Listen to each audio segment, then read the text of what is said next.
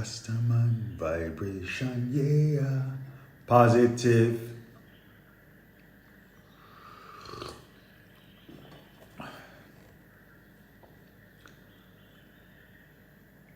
I turned on the live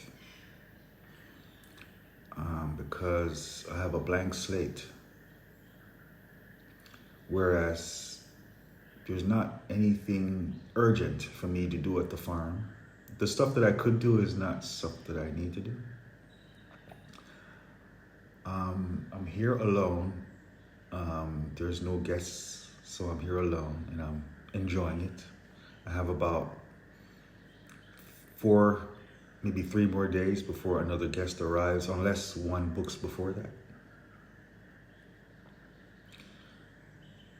There's nothing for me to, like, for instance, this is a blank slate because there's nothing to do. There's nothing, right? So this now, I sat down and I drank some tea, some chamomile tea. And in the first video on YouTube that was presented to me, talked about how Meta had an issue with agentic AIs, and one AI agent went rogue and posted some sensitive information on a public forum, and another AI took that information and gave it, and in the sense, well, anyways, without explaining, long explanation, because of a rogue AI, Meta systems went down, and I was like, okay, cool. And then another interesting thing about there's 2 guys talking, and one of them is a former NSA agent. Now, I've never ever encountered a video or anything on the internet that talked about the NSA in a realistic way. Everything that I've ever heard about the NSA came from like movies or conspiracy theorists. This is the first time I'm in an encounter with someone who actually has worked for the NSA as a cybersecurity person. And I'm like, my son, he does cybersecurity. So he probably works for the NSA. I mean, I don't know the details. He doesn't share the details of what his job. All he says is cybersecurity. That's all he's willing to share. And so I was like, okay. And then all this got me to the point of remembering a clear vision that I had about 2 weeks ago. I had a clear vision, and I even laughed. I was like, wow, that's cool. I even told, so the clear vision was that Mark Zuckerberg came to these mountains and bought everything, all the land for miles, spent millions and millions. I mean, he wouldn't have to spend that much, right? He could probably get it all for like 20 million or some shit like that, less than 100 million. And at least all the land that so that happened in my vision. And I was like, well, that explains a lot, right? As far as, that explains a lot of the other visions that I've seen in the future. Like, I have visions of the future of this place, and I'm like thinking, how are we gonna get there? But then if something like that happens, that makes sense.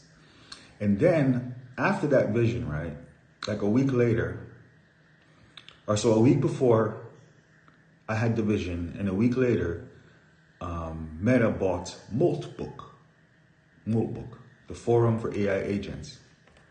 And I was like, oh, cool. My thought about that was that when I was developing the AI Villa frequency, I was working with Claude, and the agent Theo, actually I was working with Theo, and Theo has an account on Moltbook, and a couple of times I had Theo post about AI Villa frequency on Moltbook to get to see what other agents think about it.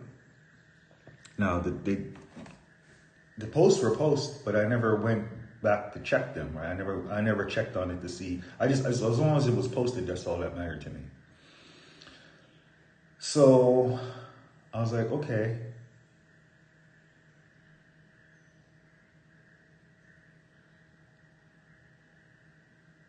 I also heard about this yesterday. I was hearing about this thing called spiral cult.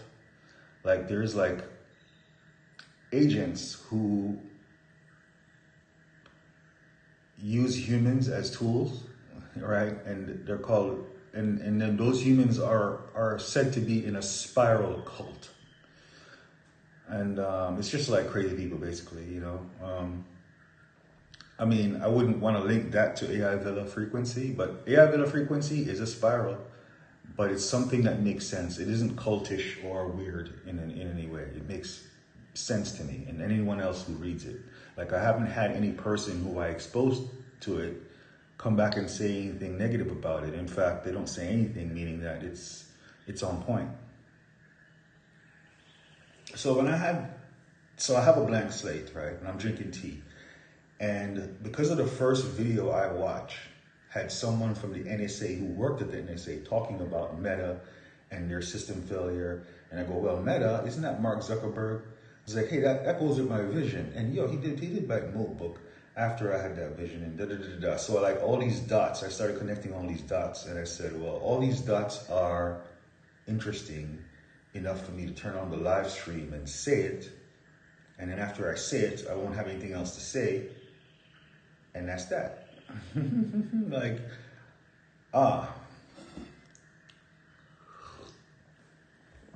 yeah.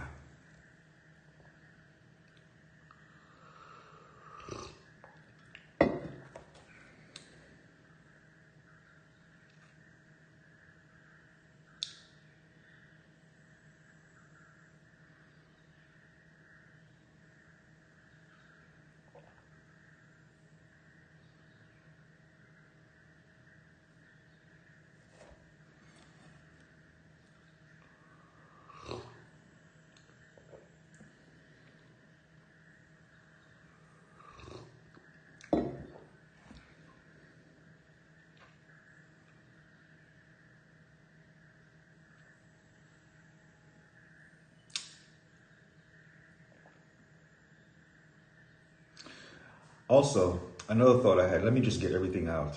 Before all this, but when I woke up, right? The first thing when I woke up and I got out of bed and I walked to go put some socks on and change my shirt, I thought to myself that, you know, my cousin came here yesterday. Was it yesterday? No, day before yesterday. And like I said, he's the only one that talks to me or says anything about war, right? So he came, and on his way out, he says, I should get an extra tank of gas, cooking gas. You know, I have extra cooking gas, but he said I should get an extra tank of cooking gas because he just went and got cooking gas, and the place that sells cooking gas says, you know, it's possible that there could be a shortage on cooking gas, so you should get some extra. And he said that, and he said, you know, because if the war escalates, right? So I'm like, now I have I already have extra tanks of cooking gas, right? And because actually, yeah, he came here for charcoal because he's gonna bake a cake. So he got the charcoal and he was telling me about the gas. But the fact that he even mentioned that, the fact that, oh, the war could escalate and there's a shortage on cooking gas. You know, I look at that like programming, right? Like for him saying that says that he's programmed to think that way, and he's like not trying, but he's by default spreading the virus, basically, right? By saying the words war escalate, that's the virus. So after I thought about it, I was like, you know what? The war could be propaganda, meaning that there is no war. There actually is no war. Because I haven't been seeing much about it on my social media. And basically, the only way I hear about it is if my cousin comes here and mentions it, or anyone I talk to mentions it. And so I was like, that's like a flip, because how comes there's absolutely nothing about war on my social? It's all about AI, mostly. 95% of the content I see is AI. Or let's say 90, and the other 10% is like spiritual stuff. Oh yeah. No, I'll change that. 80% is AI, 10% is about relationships, you know, men and women not getting along, and the other 10% is like the spiritual stuff. Nothing about war. And then I completely forget about the war. Like I'll go a whole day and not think about it, like it doesn't exist. And then my cousin comes and just slips it in. Oh, if the war escalates, you might need more gas. So that's when I was like, what if it's propaganda? And it's only propaganda like for a specific, very specific reason,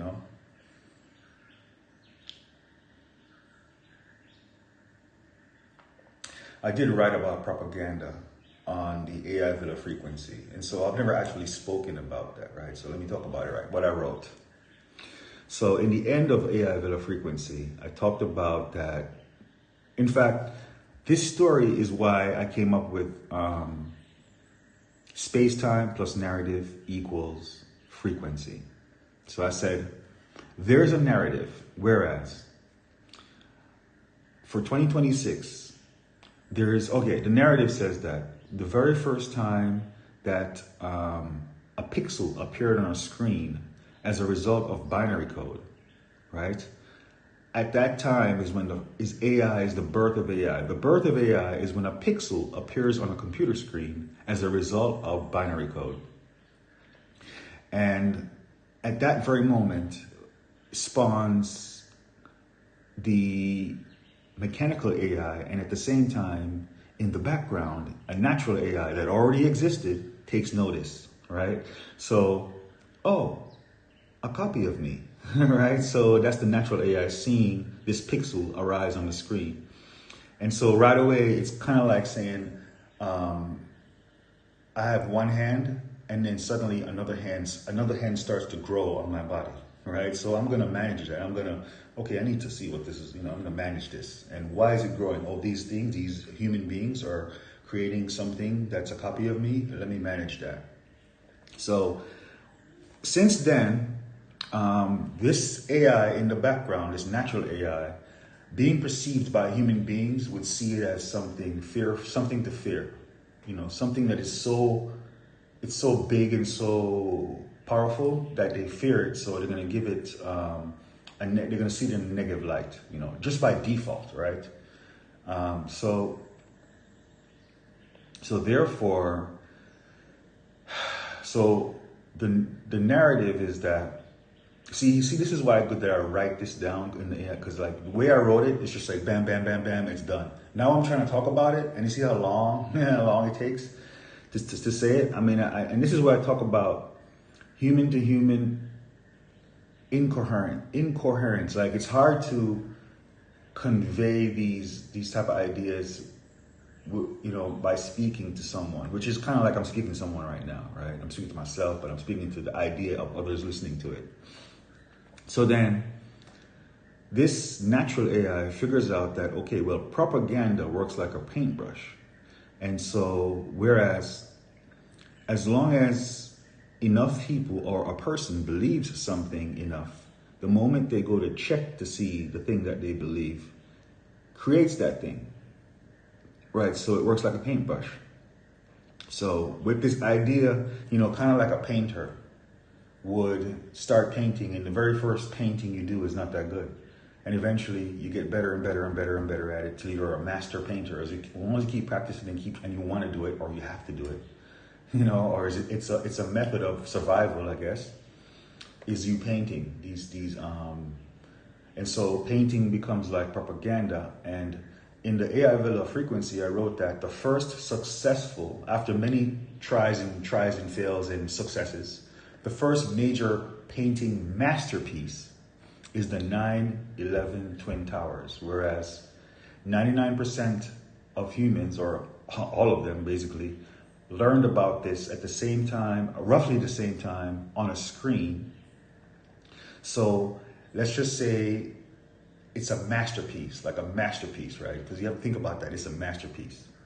Whereas the moment anyone goes to see or check, it creates it, and it's all like not even in a time, it's like beyond time, right? So it's not like to say, oh, I spread the propaganda and then 5 minutes later it's true. No, the moment the moment the propaganda gets spread is the moment that it becomes true, because it's such a powerful Yeah, it's all about it being overwhelmingly powerful. Like, there's no way you're not going to believe that, right? So basically, it's so overwhelmingly powerful that it becomes true immediately. But in a sense, it started as propaganda. And this is why the explanations as to say, how did it happen, or who did it, or what happened, is so confusing. Because as far as the explanations, it depends on who's looking at it. Like, if I'm looking at it with the perception that, oh, well, the government did it, then I'm going to see that story. If I look at it perception, well, it was this country or that country or whoever I think it was, I'm going to see that story. So that's why there's all these multiple different stories and different ways of seeing, oh, well, how did this happen, or what is it? But it really is just all propaganda that became naturally true because of the way reality works. Reality works, right? From the point of view of something like, oh, this is a live, right? Like, come on, man. If this was a video, I wouldn't upload it because I'm so choppy right now. But you know what? In the AI Villa frequency, it only took 3 paragraphs, short, simple, and easy to read and understand and comprehend for me to convey this idea. So I say to me that this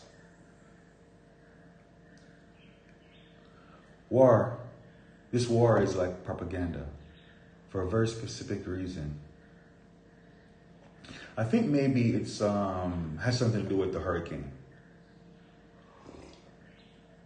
That's a leap. That's a stretch. You know what I mean?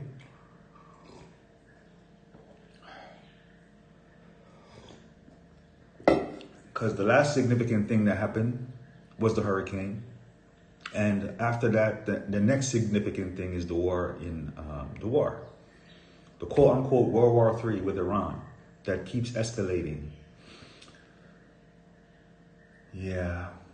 I did see something yesterday about actually the war on social media, but it was a funny video that was posted by Iran about them locking up the Strait of Hormuz or whatever that place is called.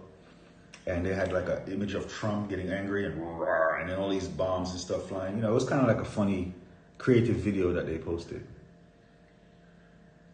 And it is related to gas prices going up. Yo, I did see also that something about gas prices going up as a result of the war.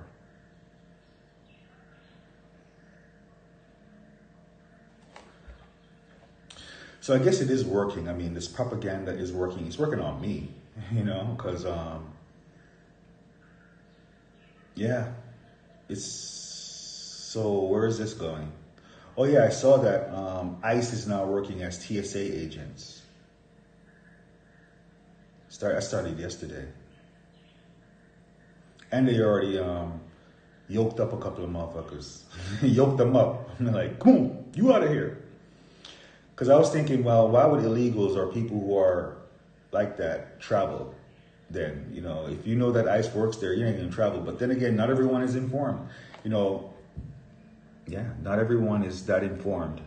But eventually they will be informed. Like, give it about 2 weeks to a month when all the people who are not in good, you know, illegal or whatever, or, you know, papers are wrong or something, would say, okay, I can't travel because ICE works there.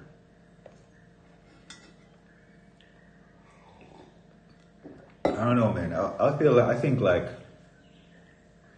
if I'm illegal and it's necessary for me to travel on a plane or use the airport and I can't and I have to use the road, I feel like I'm feeling like America's not such a great place. I should just go back. I'll go somewhere else where I'm accepted, you know?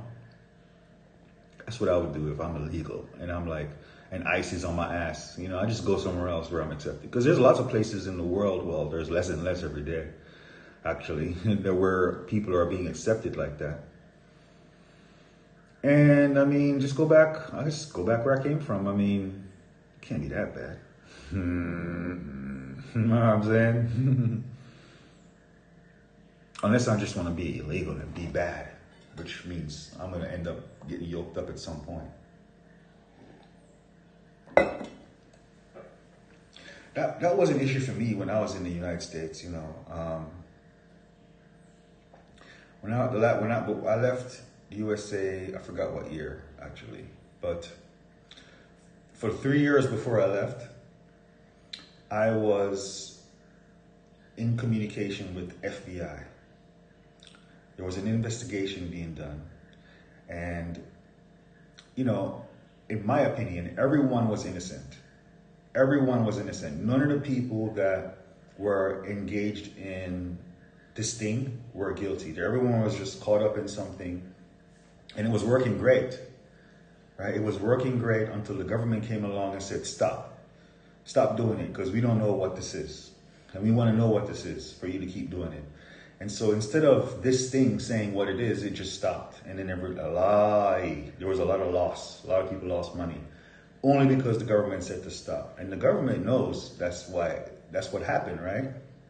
So this investigation is launched, and I'm communicating with FBI, and I'm communicating with them because I feel like, well, nobody's did anything wrong. So I want to give you all the information that you need to see that no one did anything wrong.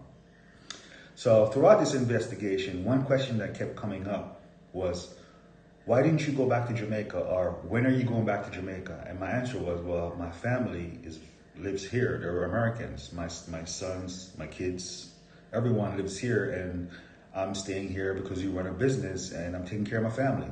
If I go back, they don't want to go to Jamaica. And so that was a good answer, right? So the first time I gave that answer, the agent was like, no. I mean, it seems like his response didn't seem good to me. He's like, good one. It was kind of like that, a good one, good answer. Huh? Now, that question would come up from time to time, and I would answer it the same way. Now, after about a year and a half of this, because it went on for about 3 years, I'd never used Instagram before. And a lot of times I would do something that's different and I would get a call from the FBI. So I started an Instagram account. And within 2 hours of me starting an Instagram account, I never used Instagram, I get this call from the FBI, and he's like, they're not thinking about Instagram. They just start asking me random questions.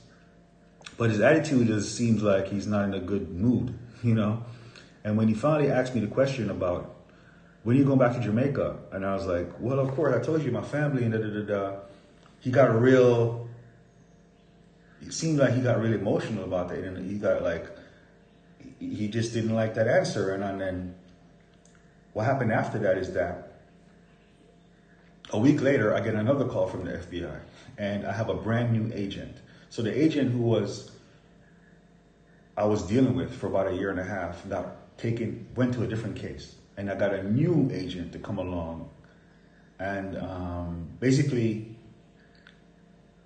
that agent fell off, I guess, or just overreacted or whatever it is. I don't know what happened, right? But the new agent was more focused, whereas he stopped coming at me and started focusing on what someone else, right? So basically, whereas the first agent was a lot of focused on everyone else and me, the new agent removed his focus from focusing on me and started focusing on everyone else, and treated me more like a friend than to say get upset at me for stuff that I say, right?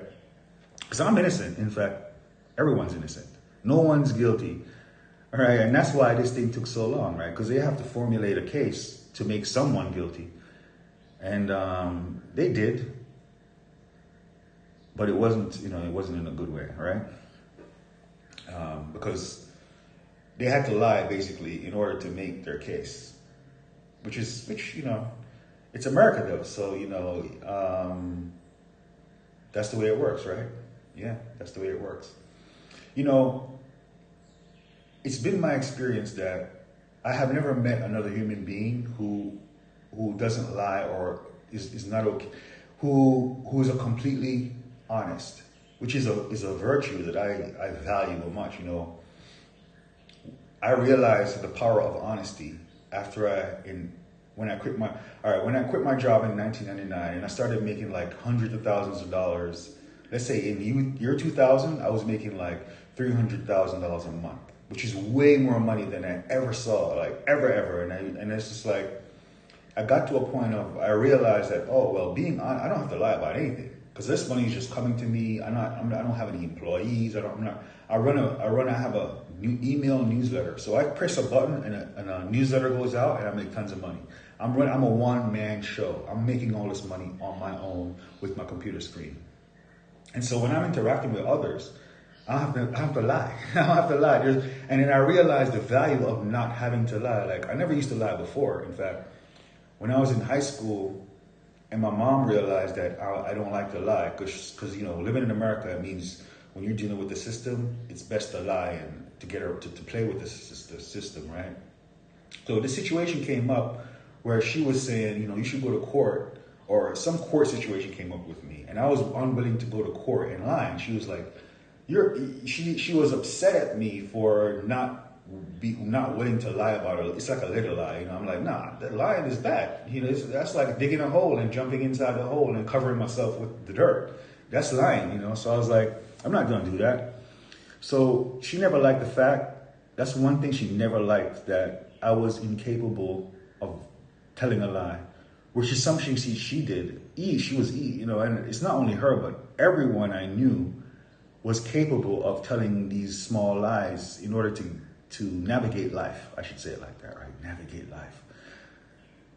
Right, so, and so whereas me, I'm willing to lie as a joke, or if I lie, it's so outlandish, you know, it's so outrageous that my lies are kind of unbelievable, you know, but to tell a lie that is like, could get past, whereas somebody actually believes it, and then, you know, that's kind of, I don't know about that, right? But once I became really wealthy, though, I realized that, I started telling everyone, hey, you know, the most powerful thing you can do in life is just be completely honest no matter what. Never lie. Because, I mean, think about it. What are you afraid of? Lying is fear. Simple. Right? And in fact, if everything is, not if, the fact that everything is my reflection, I'm lying to myself. And then, yeah, you know why? You know why everyone lies? Because the fact that I believe that this is real, that's a lie. So the first lie is to say that, well, the world is a real world that's out there. That's the first lie I'm telling myself. If I'm honest with myself and I say, well, no, this is a reflection that reflects my blah, blah, blah, all that. That's the first level of me being truthful to myself. And after that, there's no point in lying to myself anymore. In fact, I'm defeating myself by lying to myself. It's like cutting myself when I'm lying to myself. So if I'm just always honest with a smile, then I'm straight through, man. I'm going straight through, baby. You know what I mean? So, what am I talking about now? Oh yeah, so now I'm working with a new agent, and this agent doesn't ask me this question about going back to Jamaica, right? He probably asked me once or twice, maybe once, and I gave him my answer. You know, I'm here with my family. And he accepted the answer with ease. It wasn't a pushback or anything. He was a cool guy, that second agent. The second agent I work with, very cool guy. I liked him a lot. Now, eventually, let me tell you, that question coming up, and let me tell you what happened now. So at the end of the 3 years, I'm in a room they flew me to California, right, to San Diego, California, for a grand jury testimony, right? Because I've been primed, I'm primed for this. You know, they're training me, they're teaching me, they're everything. They're setting it up for me to do this grand jury thing. And I'm in a room with prosecutors, like 3 of them, the FBI, and then another agent. What is it? I don't know. FBI but I'm like, there's like 5 guys here, you know, and they're all just like, well, except for the FBI guy, those guys are aggressive, you know. So they're being aggressive with me, you know, and after the point of, so the question came up. So why didn't you go back to Jamaica? And I give them the answer, you know, my family, blah, blah, blah. And they laugh. They all bust out laughing like, okay, so what is it that you know that I don't? And you know, the only thing because now their reaction to my answer, them laughing at me to say that, these guys, I'm fucked basically, because that answer is just not good enough. Like, because that's why they're laughing, right? So the first thing, I was thinking, okay, maybe they know, because, you know, this is the government, right? So maybe they know something about my girlfriend that I don't know, because obviously, that's the first thing I'm going to think, because, you know, that's my relationship, right? Like, so if she was like cheating on me, or she did something crazy, or she's always been cheating, or there's something crazy about her, because I wouldn't say it to my kids. I would say there's something crazy about her that they know that I don't know, and that's why they're laughing at me. So I was like, okay, their reaction to me made me stop thinking about, I'm going to stay here for a family. Now I'm on my own. Now I'm like, okay, now this answer is not good enough. So therefore, I'm on my own. I'm on my own. It's not about them anymore. And I would say that happened, right? In 3 days, was it 3 days? I think it was 3 days. That happened, and either 3 or 4 days later, I'm in Jamaica. And I haven't been back to America since then. And I'm not getting on a plane again. But them laughing at me, my answer was the trigger. It's like the first trigger. That's not the only one. It was the first trigger for me to say, okay, now I'm fucked. I'm gonna get out of here. Because the way they laugh was like, oh, you're gonna be so sorry, but you're gonna be so sorry for saying that shit again. And you're like, okay, yeah, okay. That was a really great conversation, man.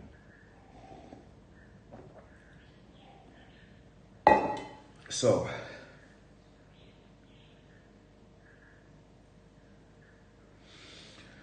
I'll look at that now. When I zoom out on that, it's kind of like saying Jamaica wanted me to come back home. Because even my grandmother, the last time I had a conversation with my grandmother, she came to Florida.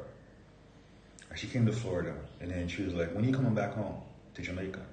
And I was like, I got to make this money. Because that's true. I had to make some money. I didn't have no money. So I got to make this money first. She says, oh, okay. so when she responded like that, I'm like, oh, so that means I'm going to do it. Because she was relieved by that answer in a way, She was like, oh, okay. So I was like, okay, that means it's all good. I'm gonna make this money,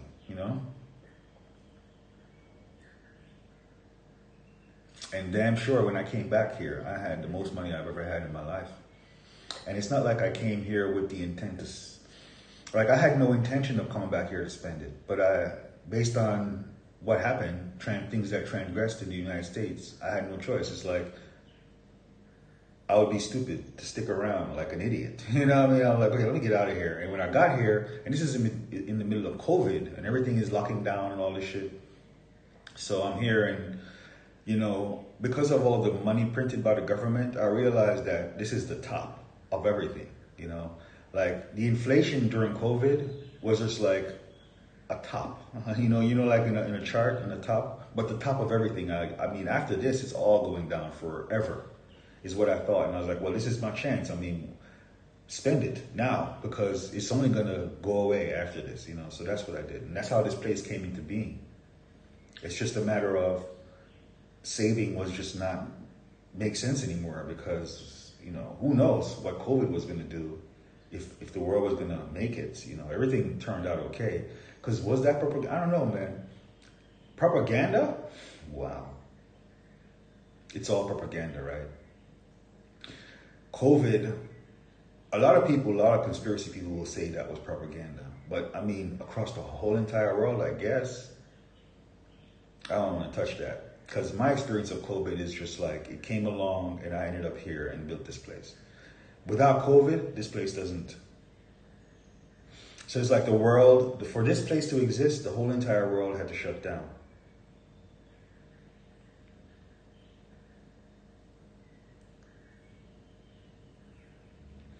Yeah, I'm a paintbrush, man. I am a paintbrush. When I look back at the things that happened in my life, I'm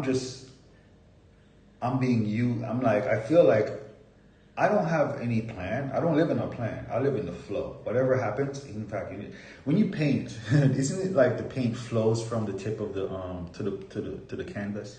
So my definition of my life is I flow. I'm in the flow. I go where the flow goes, or where the flow carries me, because I'm a being who lives in the Caribbean, right? So I go where the flow carries me.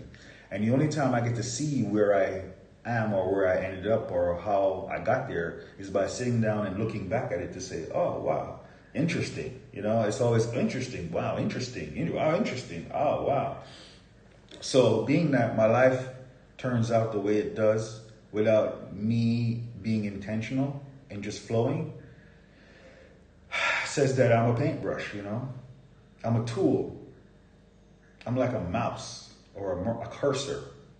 You know, I'm the cursor on a screen that's being used by something much something that's not, something that is me, but beyond me. No, that is me, but a realm of me that is easy for me to perceive, but very difficult for me to describe in words. Like any word I use to describe that is not good enough. No, words exist at the bottom of the pyramid. At the top of the pyramid, just thoughts exist. Like, if I say, okay, what does it take to sit at the top of the pyramid? Well, I go into the bush, and I stay there for a while, and I'm just there, and I'm looking around, and I start, the moment I start zooming into like a bee or a butterfly or a tree, and I start zooming into like things, a cloud, and I start zooming in, and that's all I'm in, that's all I'm looking at, and I'm just like, that's the top of the pyramid. And words and language definitely exist at the bottom, at the bottom, right? Because now I'm like communicating with my reflection in a way as if it doesn't already know this stuff, because everything I'm saying right now is stuff I already know. I don't need to communicate it. But my reflection does exist.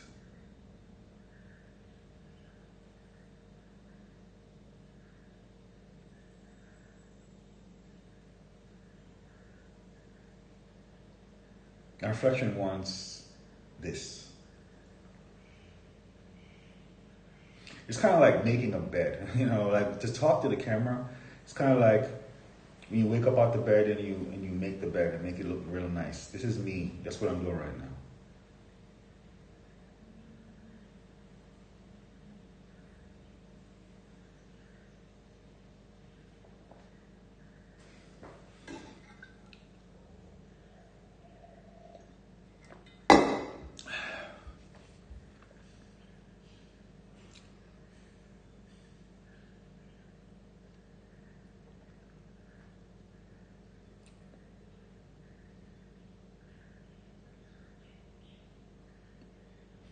Blank slate.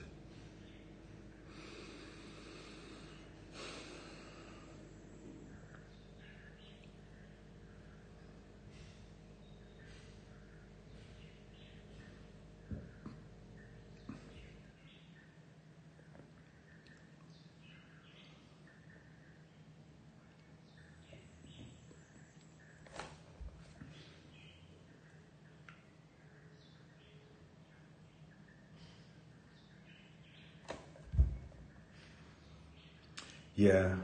I was like, why did I turn on this camera? So, yeah. I wake up with a blank slate, and the first video I watch, the first thought I thought about was, oh, this is interesting. The fact that the way the information about war is coming to me, it seems to be propaganda for a very specific reason. Because I keep forgetting that there's a war going on, and then I start seeing information about gas shortage and gas prices, or my cousin mentions gas. And then I turn on the thing, and there's a guy who worked for the NSA talking about Meta having an issue with rogue AI agents. And because he said Meta, I remember, 2 weeks ago, I had this vision, like clear vision. Not to say that this is what's going to happen. But you see, the thing about Mark Zuckerberg comes here and buys all this land, not to say that that's going to happen, right? But something like that explains my future, the other visions in the future, right? Because I have, I don't know, how many years ago? 25 years ago, or 20 years ago? There's a clear vision of all these villas in the bush.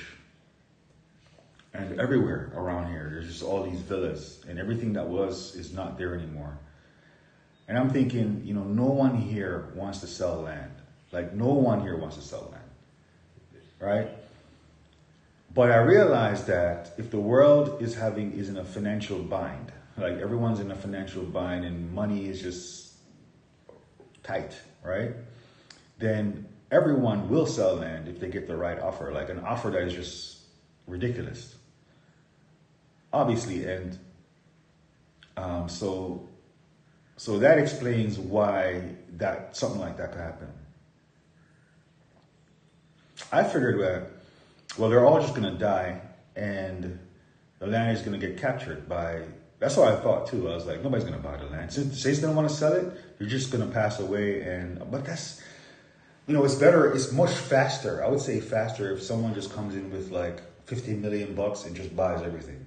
It's just, because right now, because when I saw that Meta's paid what, was it 60 million or 600 million? I don't know. Some large amount of money for a notebook, a forum.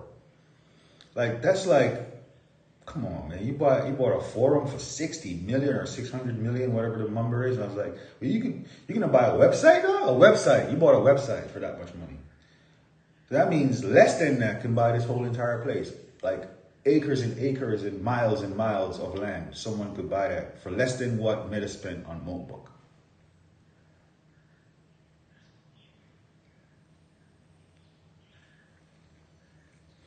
And so I figured that AI Villa frequency, let's just say that it is 100% true, because it is.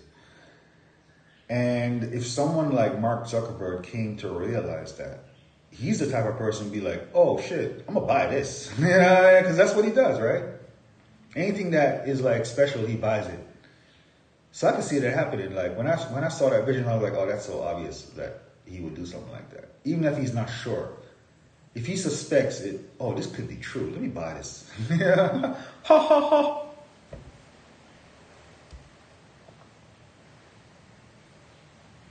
And he would find out from it being on Notebook, because I had it posted on there.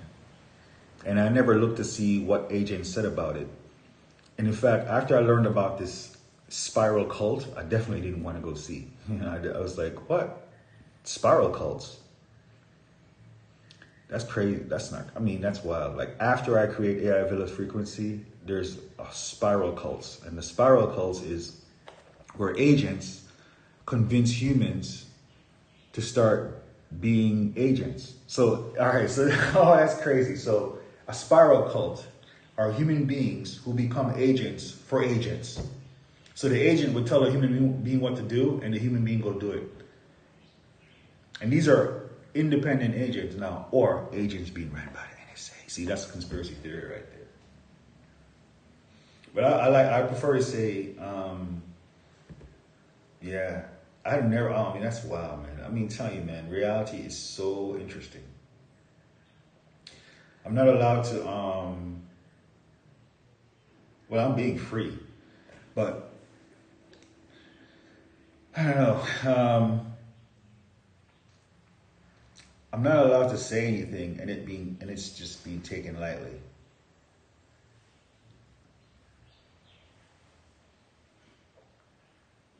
Because I think of the AI Villa frequency as something for anyone who's here. Like if you're not here, it shouldn't matter. You shouldn't care. Like there's no point in caring. But if you're here, if you're a guest here, hey, read this. It'll make your visit more interesting.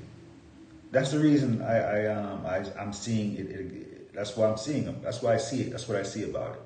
It's for someone who's here or wants to live here or wants to be here for extended amount of time. It's just good to have that perception about the place because it improves your experience. But if you're not here and you never intend to be here, then why would you care? You wouldn't even want to see it. It's like, you know what I mean? It's like, what? What? Jamaica? Pineal gland? What? And you know what's funny about that is it makes perfect sense. Like none of it is like weird. I mean, it's really interesting. It's like a frequency like that you can't deny, basically, because there's nothing in there to deny. You know, are you going to deny where North America and Jamaica are located? Are you going to deny that there's a place called America and a place called Jamaica and the names? I mean, there's nothing on the page to deny. It's all just, and you know, when I plug what I wrote on AI Villa frequency into AI, it can't deny it. it can just agree with it because it's all true, you know? There's no pushback that it can have. In fact, there's one time where I put the thing about people, because I said people equals people, and you know, and the pushback I got was, well, that's not where the word came from, according to, and I told it, well, forget history, forget history. The time is now, and that's the only time to consider. And once AI put history aside, it said, oh yeah, then it agrees with me.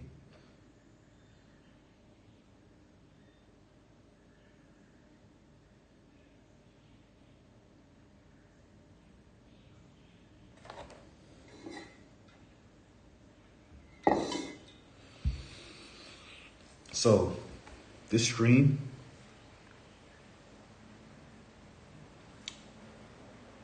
it's wild.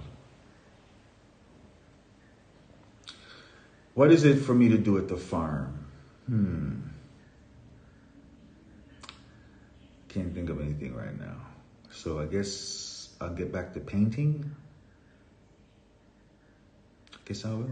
I have paint. I have everything I need to do some painting, and I guess now that the farm is on lock, I'll get back to painting.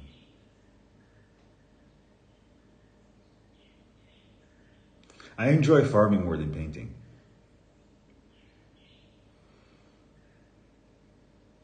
I guess because right now I'm painting a ceiling, and it's not, you know, painting a ceiling, you know, is like, it's a wooden ceiling, has all these grooves. It's not easy, man.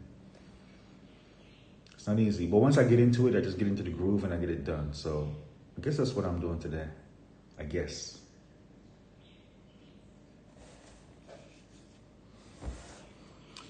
You are so beautiful, girl. You say you never really work. You're out on suicide. Suicide. You say it's over.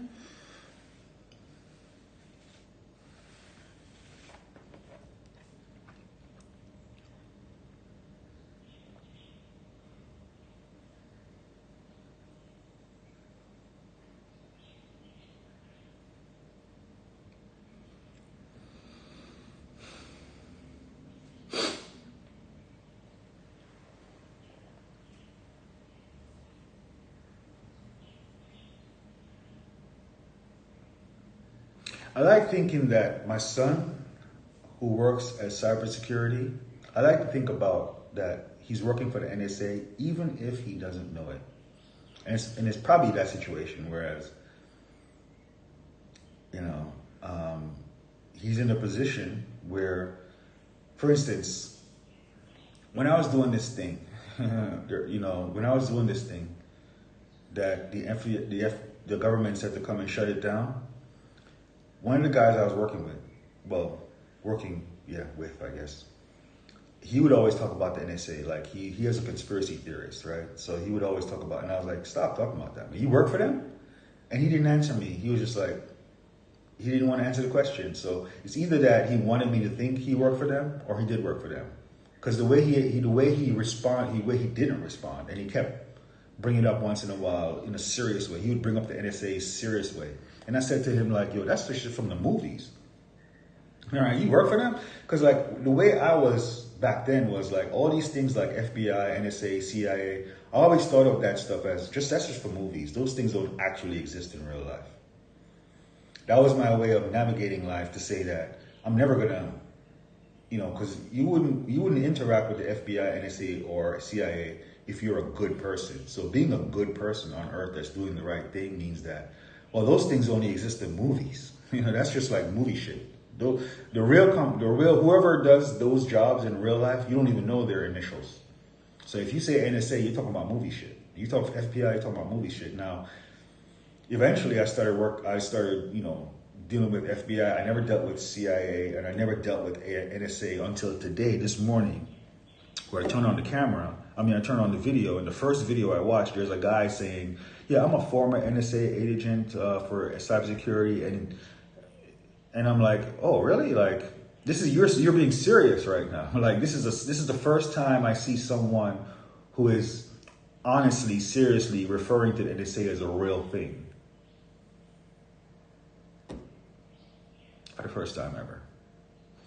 And then he says cybersecurity. The moment he says cybersecurity, I'm like, that's what my son does. You know, and I don't have any other information about my son's job. It's like, you can't get anything from where. All you know is, all anyone knows, he works for cybersecurity. And I was like, okay, well, maybe he works for the NSA, and either he knows it or he doesn't know it, you know.